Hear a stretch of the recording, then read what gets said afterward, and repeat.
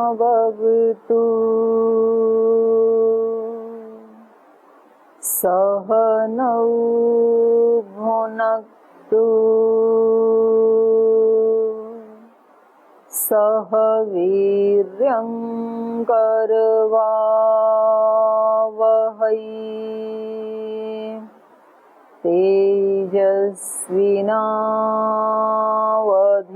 तेजस्विनावधीतमस्तु मा विद्विषावहै।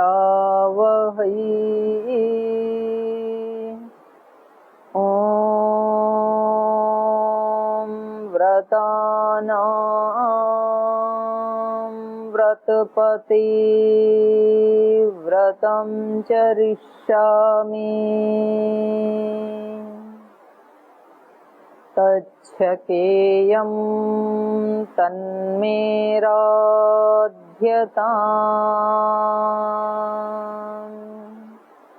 इदमहमनृतात्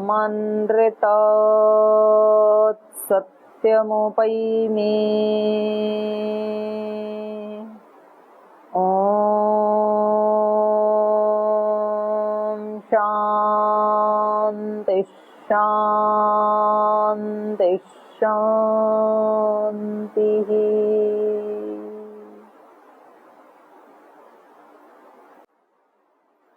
पंचषष्टितम सर्ग हम पढ़ रहे थे।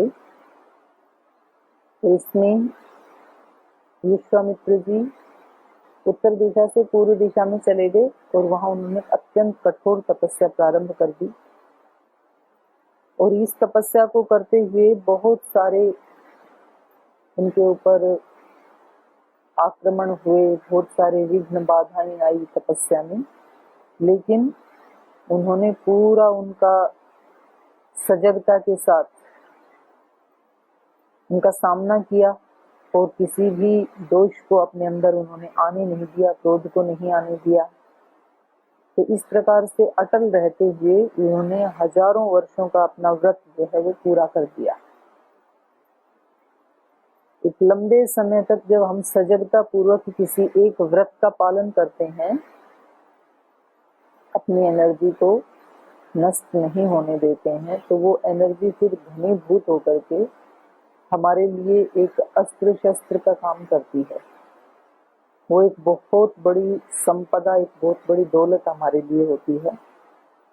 तो इसी प्रकार से इन्होंने भी प्रयास पूर्वक हजारों वर्ष तक अपना वो जो कठोर तप था कि कितने भी कष्ट बाधाएं आई, विघ्न आई, पर मुझे अपने व्रत से नहीं हटना है। व्रत इनका एक ही था कि मुझे क्रोध नहीं करना है, क्योंकि पहले ये 3-4 बार क्रोध करके अपनी संपदा को गंवा चुके थे। तो इस प्रकार से जब ये सिद्धि कर रहे थे तो एक दिन इन्होंने हजारों वर्षों का व्रत पूरा होने पर भोजन करने के लिए आहार इनके सामने आया और उसी समय इनकी परीक्षा लेने के लिए इंद्र उपस्थित हो गए, ब्राह्मण का वेश धारण करके इनसे आहार की याचना की।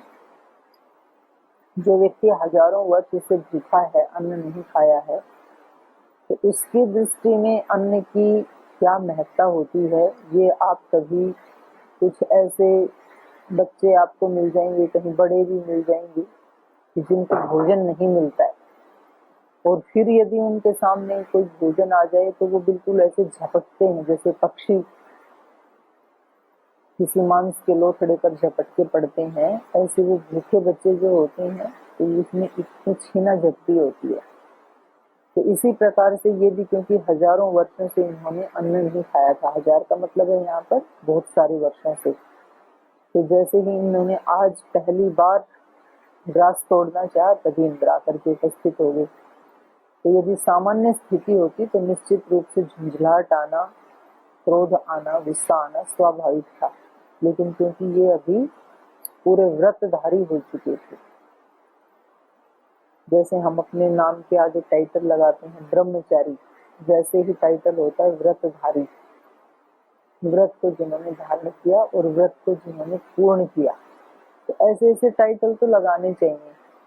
और जो हम जाति के, प्रांत के ऐसे ऐसे टाइटल लगाते हैं तो वो विघटन का कार्य करते हैं, वो हमें दूसरे लोगों से अलग कर देते हैं। दूसरों से अलग तो होना चाहिए, लेकिन सात्विक वे में होना चाहिए। इस तरह के टाइटल लगाने चाहिए जिसको लगाने से हमारा और दूसरे का उत्कर्ष हो। ऐसे टाइटल नहीं लगाने चाहिए जिनको लगाने से हमारा और दूसरों के बीच में एक खाई का काम करे, एक विघटन का काम करे। तो ये ऐसे व्रतधारी थे, तो जैसे ही वो आए उन्होंने चुपचाप सारा भोजन इंद्र को दे दिया। एक शब्द भी इन्होंने बोला नहीं, गुस्सा भी नहीं किया, और लंबी सांस लेकर के पुनः ध्यान में लग गई। तो ऐसे ही करते करते फिर से बहुत सारे वर्ष बीत गए, और अब इन्होंने खाना छोड़ा तो छोड़ ही दिया। फिर इस दिन खा लेते तो खा लेते, लेकिन इस दिन इंद्र ने मांग लिया तो अब इन्होंने इतनी घनघोर तपस्या शुरू कर दी कि अब ये कोई फल भी नहीं लेते, जल भी नहीं लेते, केवल हवा हवा के ऊपर। और एक समय तो इन्होंने श्वास को भी रोक दिया। तो ये इनका शरीर एकदम से ऐसे हो गया मंदरश्मय, तेजसा मंदरश्मय, फीका पड़ गया शरीर, बिल्कुल हड्डियां हड्डियां बच गई केवल। तो जब इनकी ये स्थिति देखी तो फिर देवता घबरा गई। तो उन्होंने जाकर के ब्रह्मा जी से कहा कि इनका जो तप है इससे सारी दिशाएं व्याकुल हो रही हैं, सब चराचर जो है वो घबराया हुआ है कि इतना घोर तप कि हड्डियां तक सुखा डाली इन्होंने, मांस को सुखा दिया, और इतने लंबे अरसे में कभी भी किसी व्यक्ति ने इनको लोभित या क्रोधित नहीं देखा। तो अब इनकी तपस्या को देख करके सागराः क्षुभिता सर्वे विशीर्यन्ते च पर्वता, सारे सागर क्षुभित हो रहे हैं, क्षुब्ध हो रहे हैं, डोल रहे हैं। और पर्वता च विशीर्यन्ते, और पर्वत भी विदीर्ण हुए जा रहे हैं। कहते हैं ना भाई, इतना जोर की उसने प्रार्थना की, पुकार की, पत्थर को भी जो पिघला दे, पत्थर को भी जो तोड़ दे। पुकार कैसी होनी चाहिए जो पत्थर को भी, पत्थर का उपमा दी जाती है अडिगता के लिए। भाई इसका तो बड़ा पत्थर हृदय था। पत्थर हृदय का मतलब जो बहुत अडिग था, अटल था, उसको भी इन्होंने पिघला दिया। तो ऐसे इनकी तपस्या ने समुद्रों को भी क्षुब्ध कर दिया। जो सागर कभी क्षुब्ध नहीं होता, उसमें कितना भी पानी गिरे, चारों तरफ से नदियां आकर के सागर में गिरती हैं, लेकिन सागर कभी भी क्षुब्ध नहीं होता है। लेकिन विश्वामित्र जी की तपस्या ने सागरों को भी क्षुब्ध कर दिया। सागरा क्षुभिता सर्वे। और पर्वत कभी भी विशीर्ण नहीं होते, हजारों वर्षों तक वो चट्टानें ऐसे कि ऐसे रहती हैं। कई जगह हमने इधर कर्नाटक में एक जिला है हम्पी, जिसमें किष्किंधा है, हनुमान जी का जन्म जहाँ हुआ था, तो वहाँ देखा मैंने, कम से कम 20 साल से तो देखा मैंने, एक पत्थर ऐसे रखा हुआ है, एक ऐसे रखा हुआ है। और बीच में बस बिल्कुल वो दिखता भी नहीं है कि वो कहाँ टिके हुए हैं, बिल्कुल चारों तरफ से खाली, कोई थोड़ा सा लिंक है बीच बीच में। ऐसे लगता है कि कोई जोर की हवा आएगी तो ये गिर ही जाएगा, बहुत भारी पत्थर है, शिला पूरी बड़ी। तो 20 साल से एक बार भी हिली नहीं, कितने आंधी तूफान आए थे।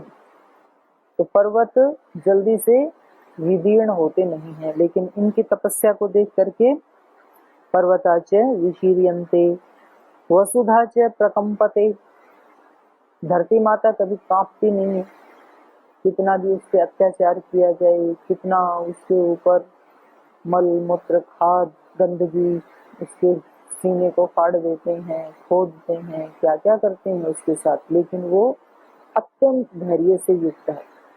और कभी उसमें 1 सेकंड के लिए, 1-2 सेकंड के लिए भी कंपन आती है तो हाहाकार मच जाता है, हजारों लोगों के जीवन चले जाते हैं। नेपाल में कुछ वर्ष पहले आया था कंपन, तो उससे कितने लोगों की जानें चली गई। तो ये धरती माता कांपती नहीं है, लेकिन ये इनके तप को देख करके प्रकंपते च वसुधा, विश्वामित्र जी के तप को देख करके पृथ्वी भी कांपने लगी। वायुर्वाती है संकुलः, और प्रचंड आंधी चलने लगी। आपने देखा होगा कि कभी कभी कोई बहुत तप करता है तो फिर पूरी सृष्टि में तूफान आ जाता है। जब कुछ ऐसा घटित होने लगता है अभूतपूर्व, तो फिर एक आंधी आती है, तूफान आता है। तो ऐसा ऐसा सारी सृष्टि में, तो इससे ये भी पता लगता है कि ये सारी सृष्टि जो है ये हम सब के साथ जुड़ी हुई है। ऐसा नहीं है कि सृष्टि का और हमारा कोई लेना देना नहीं है, पूरी सृष्टि हमारे साथ जुड़ी हुई है, हम सृष्टि के साथ जुड़े हुए हैं। हमारे एक एक यदि तपस्या का प्रभाव सृष्टि के ऊपर पड़ सकता है, तो हमारे प्रमाद का प्रभाव भी तो सृष्टि पे पड़ता ही है ना। तो हम जो भी अच्छा या बुरा कर्म करते हैं उसका प्रभाव पूरी सृष्टि पे पड़ता है, और पूरी सृष्टि में जो कुछ चल रहा है उसका प्रभाव हमारे ऊपर पड़ता है। कल परसों जो संगठन की मीटिंग थी उसमें श्रद्धेय स्वामी जी महाराज बता रहे थे, पूछ रहे थे अपने संगठन के भाई बहनों से कि संगठन की क्या आवश्यकता है, संगठन क्यों बनाए हैं। सब अपने अपने घरों में योग करेंगे तो उसमें संगठन की क्या जरूरत है। सब अपने अपने घरों में सफाई करेंगे, जो कुछ संगठन में कार्य होते हैं सब अपने अपने घरों में पेड़ पौधे लगाएंगे, तो संगठन क्यों बनाएं। तो क्या उत्तर है, संगठन क्यों बनाना चाहिए, संगठन की क्या जरूरत है, आपका क्या कहना है। हाँ जी, संगठन क्यों बनाना चाहिए। नहीं, सब अपने अपने घर में रह के करेंगे, वो सब कार्य करेंगे, संगठन की क्या जरूरत है। वेद को क्यों लिखना पड़ा भगवान जी को, संगच्छध्वम संवदध्वम, क्यों लिखना पड़ा, क्यों बनाए संगठन। आज आप तो थी कक्षा में। संगठन इसलिए बनाए क्योंकि पूरा अस्तित्व संगठित है और हम उस अस्तित्व के एक पार्ट हैं, हम उससे अलग नहीं है। ये सारा अस्तित्व जो है, सारा ब्रह्मांड जो है वो क्या है, संगठित है। वो संगच्छध्वम का लाइव उपदेश है,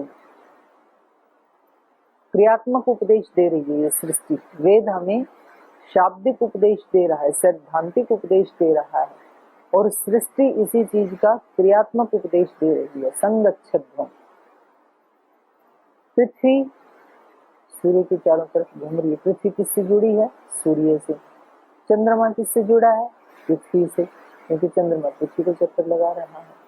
पेड़ पौधे सब सूर्य के प्रकाश से जुड़े हैं, वायु से जुड़े हुए हैं, जल से जुड़े हुए हैं। अगर इनमें से एक भी अपने आप को विड्रॉ कर ले, मानो वायु विड्रॉ कर ले कि मैं आप लोगों के साथ मैं कहीं अपना स्वतंत्र रूप से काम करूं, तो क्या हम जी सकते हैं, क्या पृथ्वी के ऊपर जीवन हो सकता है बिना वायु के। और अगर जल अपने आप को अलग कर ले कि भाई मेरे को आपके साथ संगठित होकर के नहीं रहना, मैं धरती से अपने आप को अलग कर रहा हूं, तो क्या पृथ्वी में जीवन हो सकता है बिना जल के।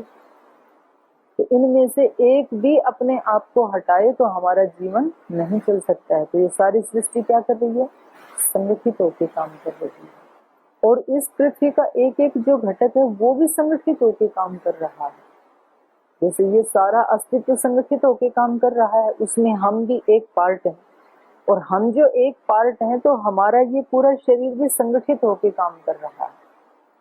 पैर में कांटा लगे, कोई तलवार से घाव हो जाए, कोई फोड़ा हो जाए, और दिमाग बोले मेरे को क्या लेना, मैं तो सबसे ऊपर रहता हूँ, तो उसकी वेदना होगी नहीं होगी तो व्यक्ति इलाज भी नहीं करवाएगा। एक कांटा भी पैर में चुभता है तो मस्तिष्क तुरंत हाथ को निर्देश देता है कि दर्द है वहां पे, पैर को उसको निकालो, और हाथ वहां पहुंच जाता है तुरंत। और ये काम कितने देर में होता है? सेकंड के भी कोई 100वें हिस्से में, तुरंत। ऐसा नहीं है कि ठीक है जी अब इसको कांटा चुभा है तो ये एक एप्लीकेशन लिखे, फिर वो मस्तिष्क के पास जाए, फिर मस्तिष्क उसको पढ़े कि इसको सैंक्शन करना है कि नहीं करना है, फिर मस्तिष्क उसके ऊपर हस्ताक्षर करे, फिर फाइल को हाथ के पास भेजे, फिर हाथ बोले कि अभी तो फाइल आई है, अभी नाश्ता करके इसको खोलेंगे, क्या निर्देश है, फिर देखेंगे कि वहां जाना है कि नहीं जाना है। पुलिस की तरह से जैसे आग लग जाए तो पहले फोन करेंगे, फिर उसके बाद गाड़ी कहीं इधर उधर से आएगी, फिर वो देखेंगे कि कितनी देर में पहुंचना है, वो पहुंचे तब तक तो घर जल चुका होता है, कहीं एक्सीडेंट हुआ पुलिस आई तब तक तो रोगी मर चुका होता है।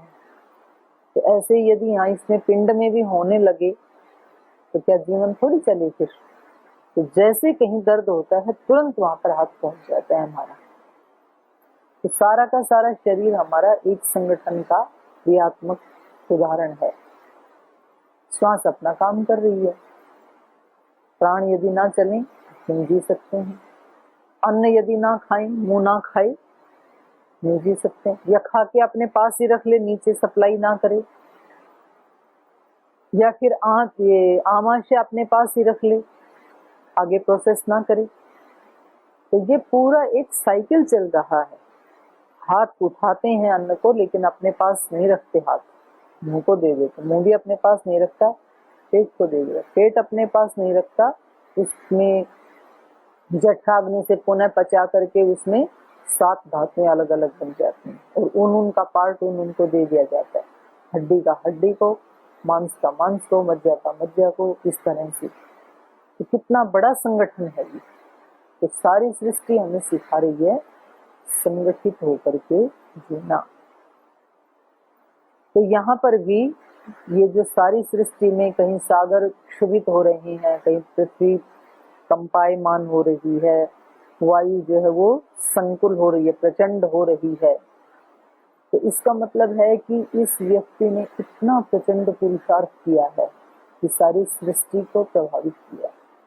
हमारे अच्छे या बुरे कर्म का प्रभाव पूरी सृष्टि पे पड़ता है।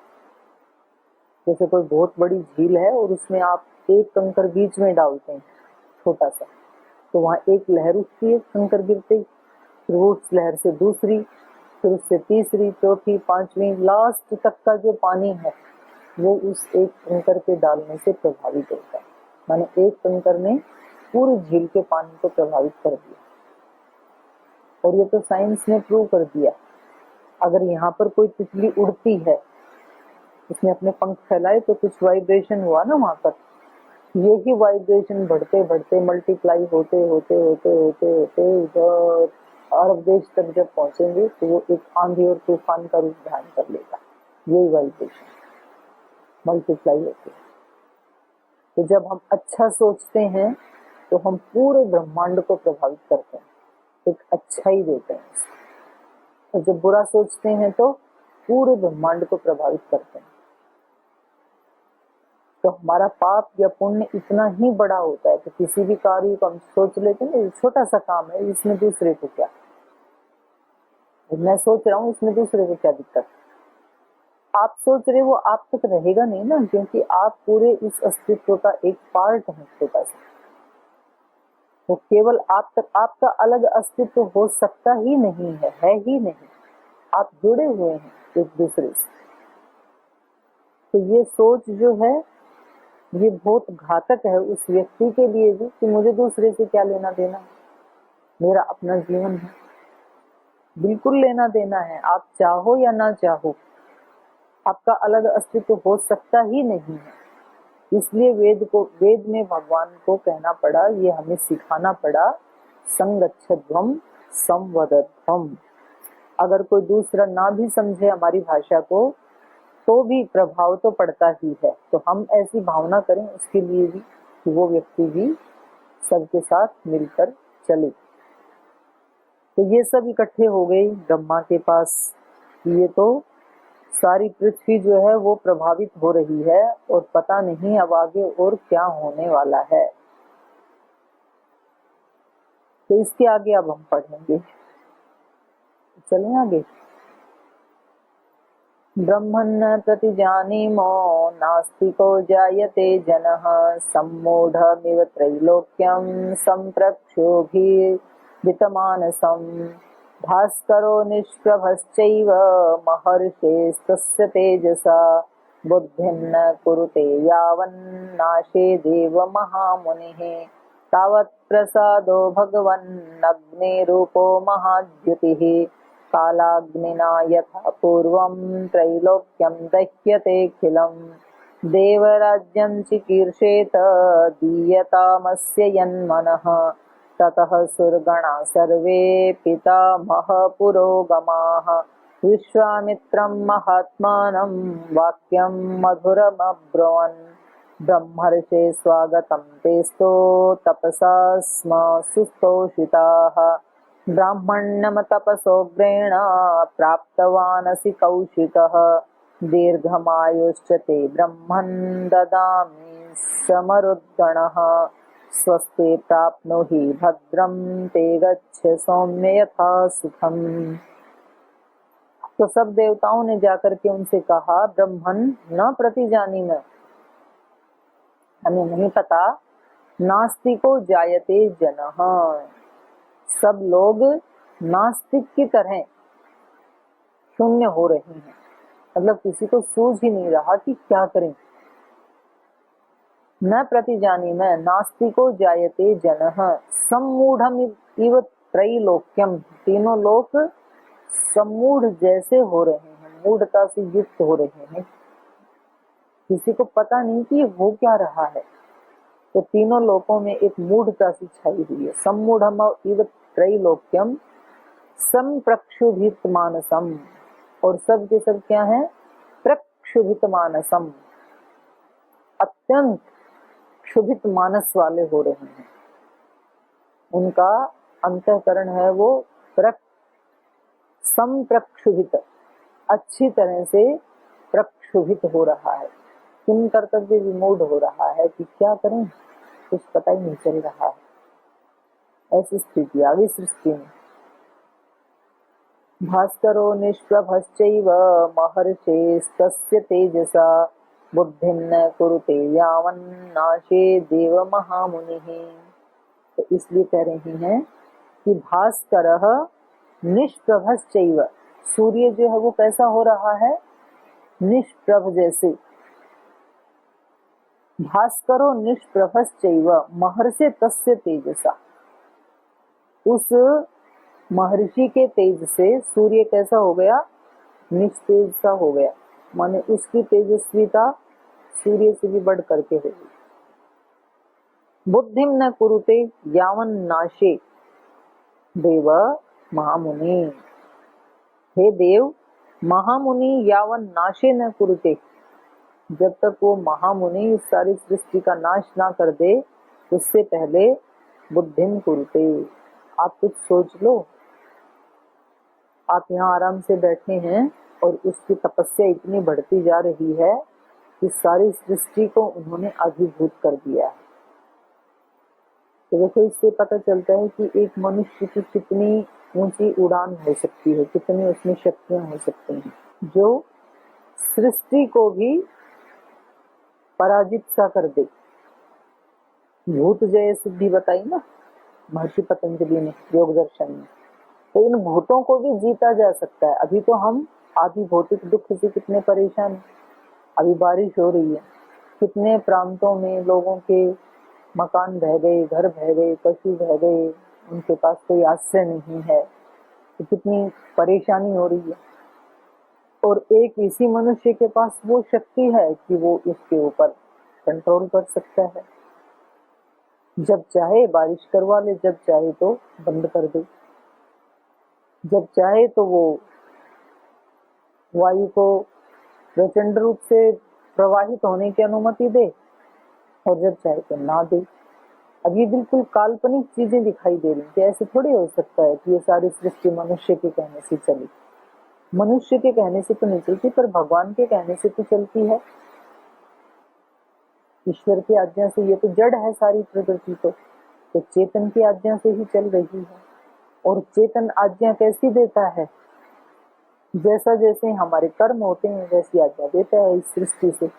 ऐसे ऐसे मंत्रों का भी इसमें शांतिकरण में भी वर्णन आया है। सिंधवः, ये नदियां हमारे लिए, शन्नो अस्तु सिंधवः शन्नः ध्रुवयो पर्वता भवन्तु, हमारे लिए ये ध्रुव रहने वाले, स्थिर रहने वाले पर्वत हैं, ये कल्याणकारी हैं।